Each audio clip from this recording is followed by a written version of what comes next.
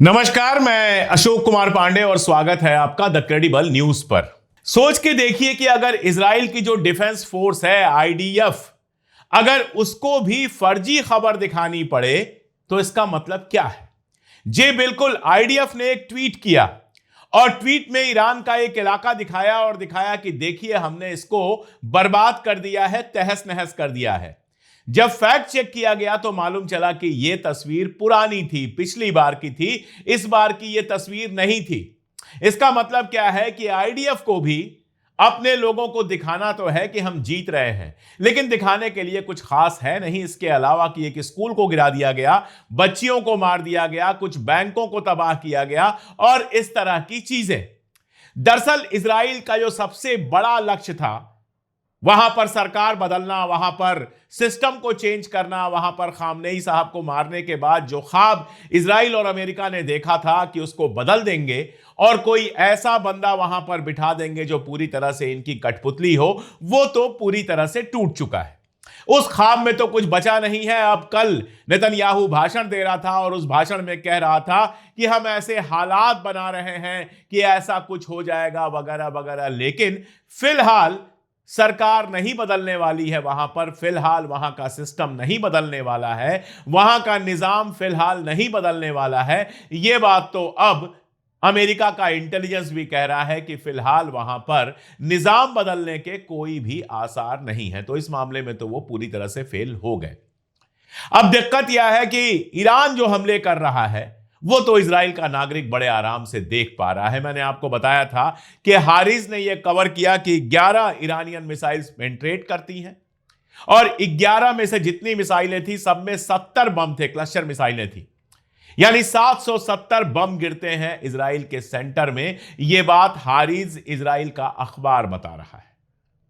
तो वहां भी अफरा तफरी मची हुई है।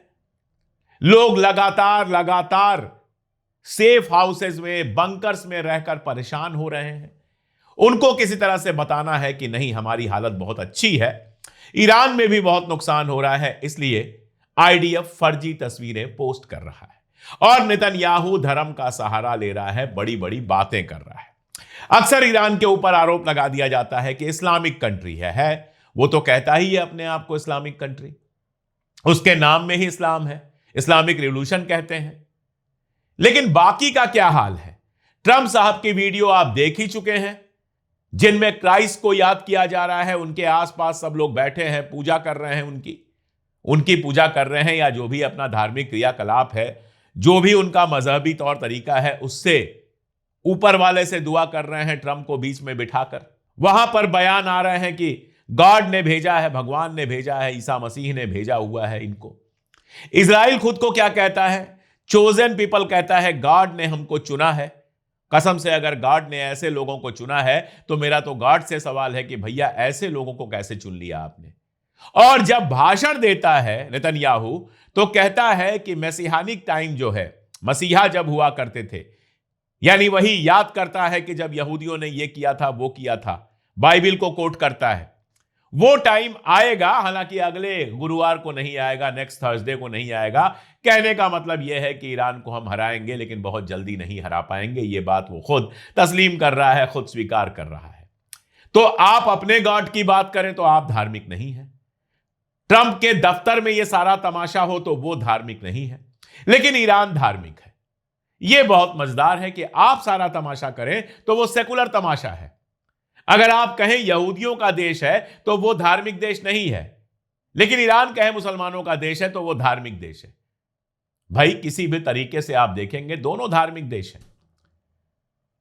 और इसीलिए इजराइल की बातें सुनने को अब कोई तैयार नहीं है। मैं आपको बताऊं, इजराइल के खिलाफ जो साउथ अफ्रीका ने आईसीजे में केस किया हुआ था, जिस मामले में आईसीसी में वारंट निकला हुआ है नेतन्याहू के खिलाफ, नीदरलैंड और आइसलैंड अब उसमें शामिल हो गए हैं।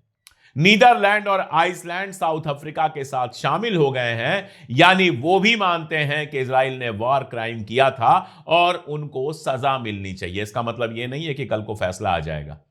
लेकिन इसका मतलब यह है कि इजराइल लगातार दुनिया में और अकेला पड़ता जा रहा है और ऐसे कई मुल्क जो पहले हर मामले में उसके साथ आते थे वो भी अब उसके साथ आने से इनकार कर रहे हैं। और इसीलिए जंग के हालात में बड़ी बड़ी बातें ये जरूर करने, लेकिन किसी मुल्क का साथ नहीं मिल रहा है। बहुत कोशिशें हो रही हैं फर्जी खबरें फैलाने की। एक फर्जी खबर फैलाई गई, सुबह मैंने डीबंक किया था कि टर्की के ऊपर अटैक हो गया, नाटो पर अटैक कर दिया ताकि सारे नाटो मुल्क शामिल हो जाए।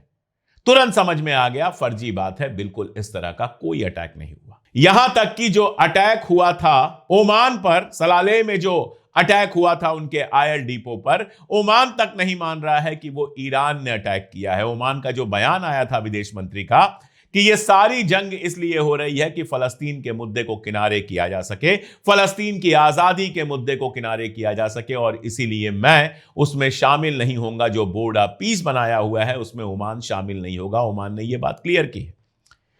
शक यहां तक किया जा रहा है कि ओमान में जो हमला हुआ है कहीं यूएई के माध्यम से तो नहीं हुआ है।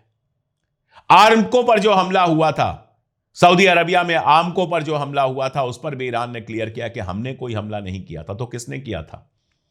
जांच चल रही है और बहुत सारे लोगों का कहना है कि या तो इजराइल या यूएई का हमला हो सकता है। हालांकि अभी तक कोई रिजल्ट नहीं आया है, सऊदी अरबिया से या ओमान से कोई बयान नहीं आया है, इसलिए मैं अपनी तरफ से कुछ कैसे कह सकता हूं, लेकिन चर्चाएं यहां तक चल रही हैं। अजरबैजान पर जो हमला हुआ था, ईरान पर पहले आरोप लगा, फिर ईरान ने बिल्कुल क्लियर किया कि हम जहां हमला करते हैं बताते हैं, हमने अजरबैजान पर हमला नहीं किया था। और हालत यह है कि अजरबैजान ईरान को इमदाद भेज रहा है, यानी अजरबैजान इस बात को जानता है कि उसके ऊपर हमला ईरान ने नहीं किया है। ये सारे तरीके हैं जिससे किसी तरह से फंसाने की कोशिश की जा रही है मामले को वहां जहां अरब मुल्क हमला करें, लेकिन अरब मुल्क हमला करने को तैयार नहीं है। और उधर आप देखिए जो बयान आया नए सुप्रीम लीडर का, उसमें उन्होंने जिस तरह से बात की है, साफ लग रहा है कि हूथी भी तैयार बैठा है। जब सही मौका आएगा तो रेड सी को भी क्लोज करा दिया जाएगा, जो बाब एल मंदेब है उसको भी बंद करा दिया जाएगा, यानी और सारा सामान जाने का जो रास्ता है, खासतौर पे इजराइल में सामान आने और जाने का जो रास्ता है, वो पूरी तरह से बंद हो जाएगा। यह माहौल फिलहाल बनाया जा रहा है हिजबुल्लाह को लेकर। बड़ी बड़ी बातें करता था इजराइल की, हिजबुल्लाह तो पूरी तरह से खत्म हो चुका है। आज हालत यह है, मैं देख रहा था फेसबुक पर जो इजराइल का पेज है, इजराइल इन हिंदी, वो बाकायदा तस्वीरें लगाकर सीना पीट रहा है कि देखिए हिजबुल्लाह ने हमारे ऊपर हमला किया, नॉर्दर्न इजराइल का यह हाल है, लोगों के घर टूटे पड़े हैं, फलां ढिमका।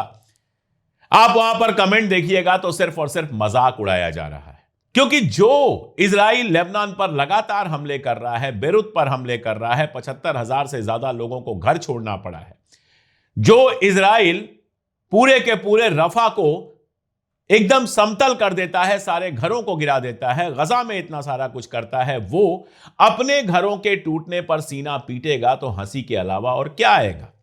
दुनिया अच्छी तरह से जानती है कि इजराइल लोगों के घरों पर हमला करने, लोगों का घर कब्जा करने, बच्चों तक की जान लेने की इतनी कार्रवाइयां कर चुका है कि अब इजराइल में कुछ भी हो जाएगा, उसको किसी तरह का कोई सहानुभूति नहीं मिलने वाला है।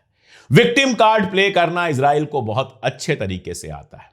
होलोकास्ट जो हुआ था, हिटलर ने जो किया था, किसी ने उसका समर्थन नहीं किया, लेकिन होलोकास्ट का विक्टिम कार्ड खेल खेल के इजराइल इतने होलोकास्ट कर चुका है कि अब इजराइल के ऊपर कोई भरोसा करने को तैयार नहीं है। इसलिए इस तरह का विक्टिम कार्ड खेलते हुए जब ये तस्वीर लगाते हैं तो लोग नीचे जाकर याद दिलाते हैं कि गजा में जो तुमने किया था उसी का बदला तुमको मिल रहा है। उधर ईरान में क्या हाल है, ईरान में क्या चल रहा है, ईरान से क्या अपडेट है, इसके लिए हम सैयद आकिफ साहब के ऊपर काफी निर्भर हैं। वो लगातार ऐसे माहौल में भी कोशिश करके भेजते रह रहे हैं वीडियोस अपने अपडेट्स के। उन्होंने कल का भी अपडेट भेजा है, डिटेल क्या ईरान में चल रहा है वो बताया है, उसको मैं इस वीडियो में ऐड करवा रहा हूं। आप देखिए, सीधे ईरान से कुम से सैयद आकिफ साहब जो कह रहे हैं उन सारी डिटेल्स को गौर से देखिए, उससे अंदाज आपको लगेगा कि ईरान में क्या हो रहा है।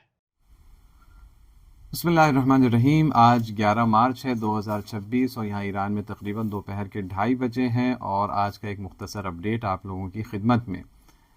सबसे पहले तो आज का दिन माह रमज़ान की 21 तारीख़ है, यानी इमाम अली अलैहिस्सलाम की शहादत की तारीख़ है और उस एतबार से आज यहाँ पर छुट्टी है और पूरा मुल्क रोज़े की हालत में अज़ादारी में मसरूफ़ है। अज़ादारी में और इस गम को मनाने में, सोग को मनाने में, इमाम अली अलैहिस्सलाम की याद को मनाने में। वही इमाम अली अलैहिस्सलाम जो इस्लाम की एक अज़ीम शख्सियत गुज़रे, और ख़ास तौर पर मकतब शिया के लिए, शिया स्कूल ऑफ थॉट के लिए उनकी अहमियत दूसरे स्कूल ऑफ थॉट्स के दरमियान से ज़्यादा है उनके दरमियान। और इसी दिन आज एक बड़ी ख़बर जो इस वक्त मैं रिकॉर्ड कर रहा हूँ आपके लिए ये क्लिप, तो इसी वक्त तेहरान में दिन में इस वक्त रोज़े की हालत में लाखों का मजमा निकला हुआ है, क्योंकि इस वक्त कई सारे वो बड़े फ़ौजी कमांडरों के का तशिए जनाजा है, यानी फ्यूनरल प्रोसेशन है। उनके जनाज़ों को शहर की मेन सड़कों से गुजारा जा रहा है। तो लाखों का मजमा जो है वो एक तरह से कांधा देने के लिए इन जनाज़ों को निकला हुआ है और अपनी अपनी हिमायत का, अपने जज्बात का, अपने मजबूत इरादे का इजहार कर रहा है। तो जो हर रात प्रोग्राम्स होते हैं चौराहों पर, मस्जिदों पे, वो तो हो रहे हैं और आज फिर होंगे, लेकिन इस वक्त दिन में उससे भी बड़ा मजमा इन जनाज़ों को रवाना करने के लिए, कांधा देने के लिए निकला हुआ है। वैसे भी शहरों में जैसे जहाँ जहाँ शहादतें हो रही हैं, अब तक अंदाज़ा ये लगाया जा रहा है कि तकरीबन 1500 शहादतें हो चुकी हैं आम शहरियों की, यानी सिविलियंस की। तो जगह जगह शहर में, जिस शहर में मैं रहता हूँ क़ुम में भी, हर दिन, हर 2 दिन के फासले पर चंद शहीदों के जनाजे को लाया जाता है और प्रोग्राम होता है और मजमा बड़ी तादाद में इस फ्यूनरल प्रोसेशन में हिस्सा लेता है। दूसरी ख़बर एक ये है कि ट्रू प्रॉमिस 4 ऑपरेशन, यानी वादे सादिक़ 4, इस मिलिट्री ऑपरेशन का नाम है, जो 28 फरवरी से शुरू हुआ है। ईरान ने जवाबी कार्रवाई के तौर पर इसको शुरू किया है। तो उसकी अब 37वीं लहर जा चुकी है। इस 37वीं लहर, ये 3 घंटे तक लगातार यहाँ से मिसाइलों को और ड्रोन्स को भेजा गया, कि जिसके अंदर बाज़ मिसाइलों के बारे में कहना है कि उनका जो वॉर हेड था वो 2 टन का था। तो ज़ाहिर सी बात है कि जब अपने वो ख़ास मिलिट्री स्ट्रेटिजिक एसेट और टारगेट पर पहुँचेगा तो उसका हम अंदाज़ा लगा सकते हैं कि वहाँ किस तरह से विनाश होगा। एक बात और ये कि कल रात ये तकरीबन आज सुबह सहरी के वक्त तेहरान में एक बैंक के शायद हेड ऑफिस को या किसी अहम बिल्डिंग को टारगेट किया गया और वहाँ काफ़ी डैमेज हुआ इसकी वजह से। उसके नतीजे में आज ईरानी फ़ौज ने, मिलिट्री ने ऐलान किया है कि इस ख़ित्ते में, पश्चिमी एशिया के ख़ित्ते में जो अमरीकी बैंक हैं वो अब उनके लिए लेजिटिमेट टारगेट और निशाना है। तो इस तरह से एक पूरे एक सिस्टमेटिक अंदाज से, एक आयोजित तौर पर ईरान जैसे जैसे जो है दुश्मन उसके ऊपर हमले कर रहा है और वो उन हमलों को बर्दाश्त कर रहा है, और उसके मुकाबले में अपने भी हमलों की कैफियत और उसकी वुसअत और उसकी शिद्दत में कदम ब कदम आगे बढ़ रहा है। और ये सिलसिला अब बैंक्स की जानिब भी बढ़ा है। कल की ख़बर तो आप लोगों के सामने है ही कि ईरान ने कहा है कि स्ट्रेट्स ऑफ हॉर्मोज़ बंद नहीं है, स्ट्रेट्स ऑफ हॉर्मोज़ को मैनेज किया जा रहा है। और मैनेज करने का एक पहलू ये है कि कोई भी अरब मुल्क या कोई भी यूरोपियन मुल्क अगर वो अपने मुल्क से, अपने देश से इसराइली और अमरीकी जो सफ़ीर का, सिफारत खाने का अमला है, यानी जो पूरा डिप्लोमेटिक स्टाफ है, जो एम्बेसी है, एम्बेसी बंद करके इस डिप्लोमेटिक स्टाफ को अपने मुल्क से, अपने देश से निकाल दे, तो उसके लिए कोई अड़चन और रुकावट नहीं है। वो स्ट्रेट्स ऑफ हॉर्मोज़ से अपनी शिप्स को, अपने तेल, अपने गैस को आसानी से निकाल सकता है।